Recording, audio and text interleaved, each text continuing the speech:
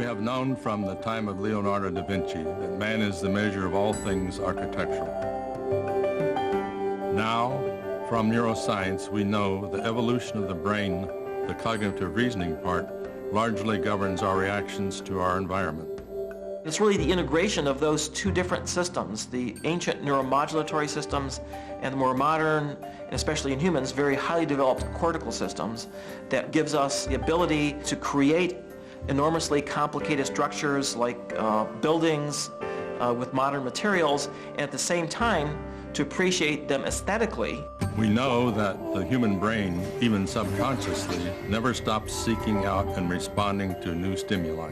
The brain controls our behavior. Our behavior then feeds back on our brain to modify who we are. And quite importantly, the environment within which we live dictates those behaviors. So the structural organization that we find ourselves living in will dictate how we move around, how we interact, how happy we are with our environment, how stressful we are with our environment.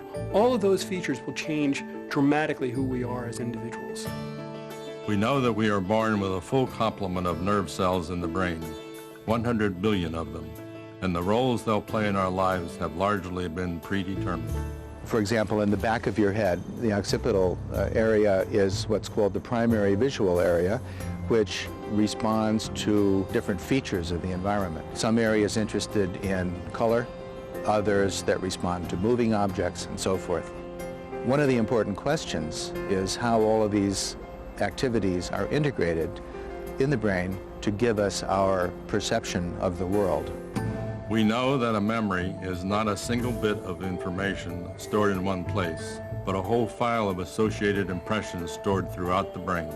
The brain is like a computer, and it's software programs and hard wiring connections. And that analogy actually has been very, very helpful for thinking about structure, function, organizations. But the problem is that it's not true. The brain does make calculations, but the brain is an organ. The brain is an organ like the liver and like the skin and the heart, and it's changing all the time. We know through research going on today that we're close to understanding the fundamental processes by which each individual mind interacts with its environment. There are so many tools to study brain function that are available now that were not available even a decade, and certainly not 2 decades ago. These range from imaging techniques, where you can look at what's going on in the brain, to methods for measuring electrical activity of many dozens, if not hundreds of cells at the same time. We may be able to understand how intuition works. And we, in fact, with that understanding, may be able to go beyond intuition.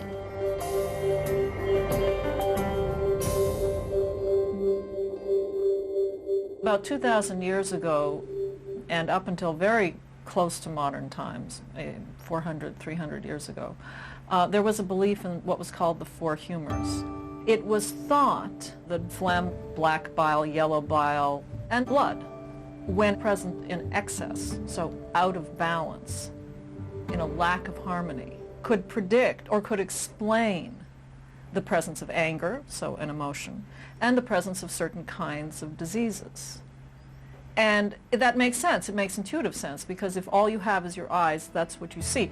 And what happened over the centuries is that scientific tools evolved so that the physicians and the scientists could detect in more and more precise detail the balance or lack of balance of these various factors that were associated with various forms of health or disease. The intuitive notion of balance in health was accompanied at the same time in history by the concept of balance in architecture, so that symmetry, proportion, harmony were understood to be the ways that people experience architectural settings.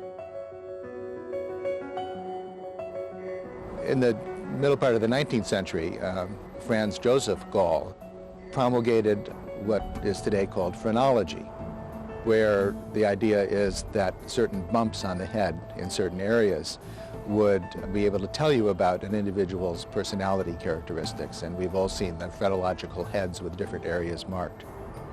Well, what Gall perhaps should be remembered more appropriately for is the idea of facultative psychology, that there are different areas of the brain that have different faculties or carry out different functions. The hippocampus, for example, has so-called place cells. You're in this corner in a specific room of your house. These cells fire only in that place. In the 19th century, a new set of technologies emerged to change what had been the way of building cities for centuries. The Bessemer furnace, for example, made it possible to build steel frames so that buildings could be taller than 5 or 6 floors. The elevator made it possible to move up and down in those buildings. Central heating changed the way that fuel would have to be provided. Indoor plumbing removed the necessity for going outdoors to go to the bathroom. And all of those inventions changed the character of buildings in such a way that the experience which the occupants of those buildings had also changed. The new way of thinking about the brain is in terms of flow of information. A key part of memory is the connection between two neurons called a synapse.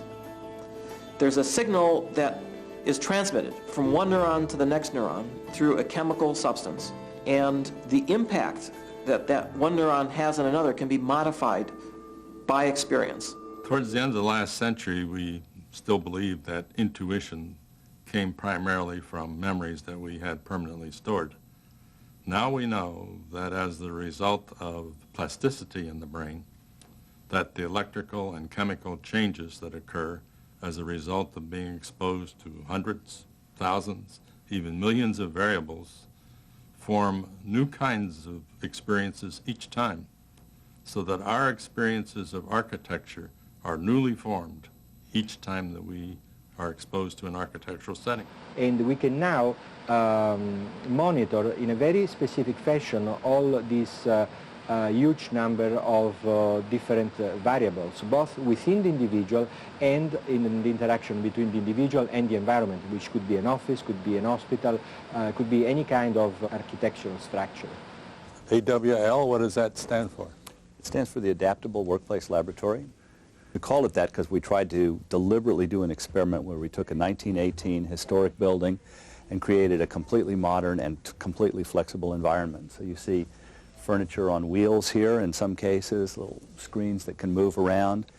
But the interesting thing is we started out all focused on the physical environment and making a building that was better. And then we began to realize as we were looking at what's going on in the space that the really important interactions are between the building and the people.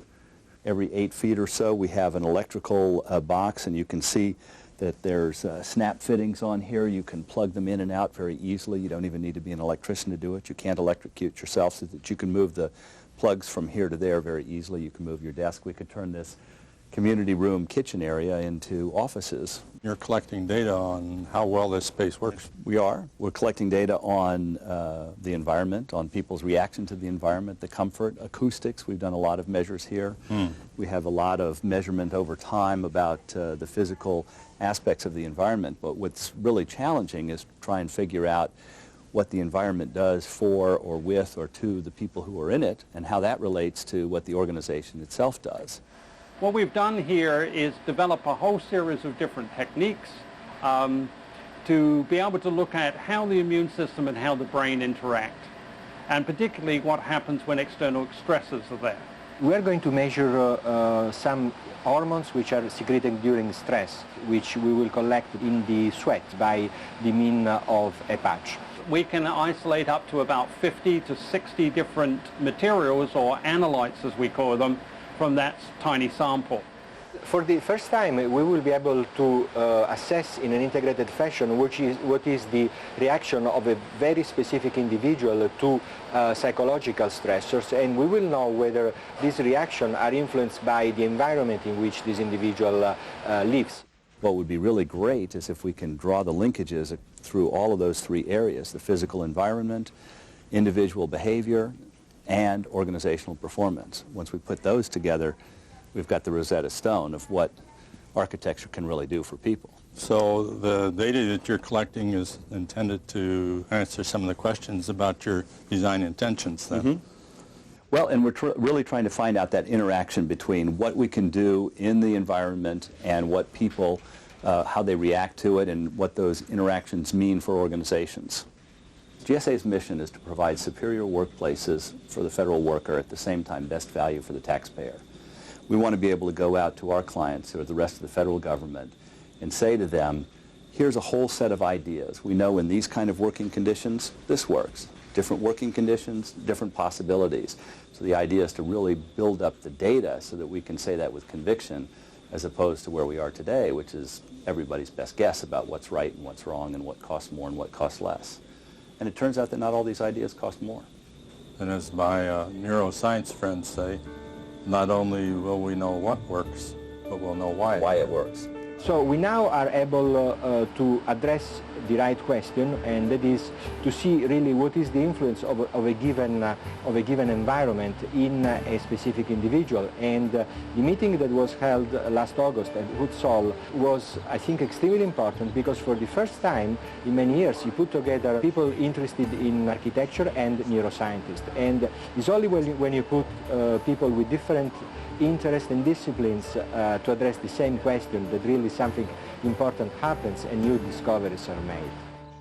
We in science are trained to demand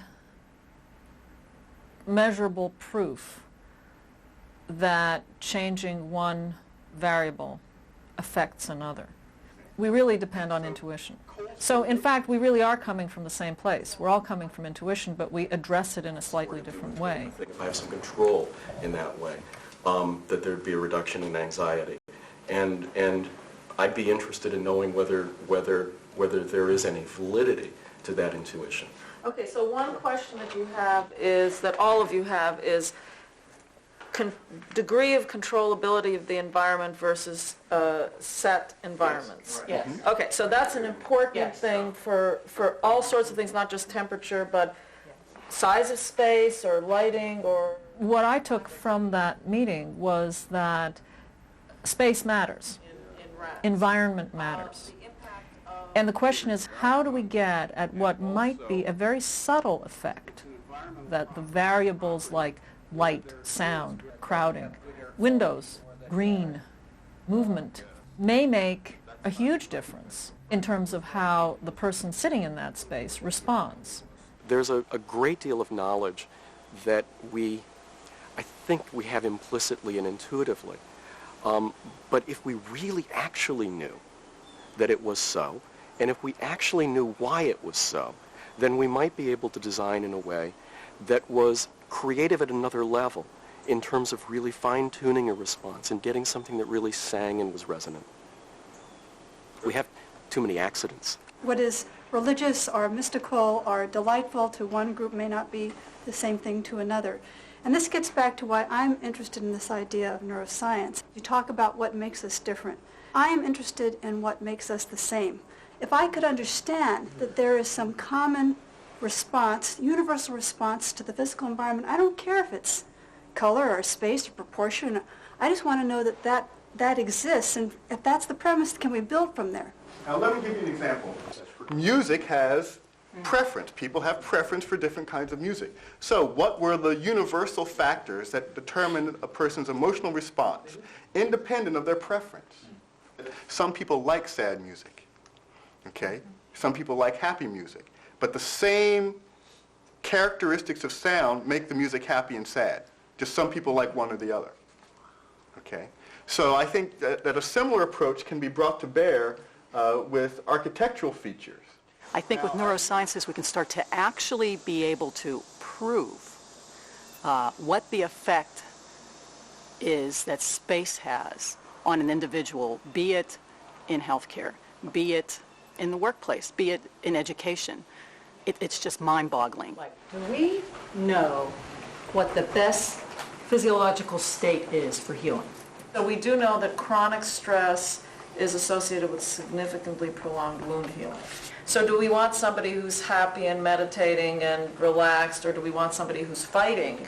The first thing we have to do is see if there's a correlation between the hypothetical difference in, say, a beautiful environment and a non-beautiful environment and the psychological state or whatever it is. We have to look and see if there's an association.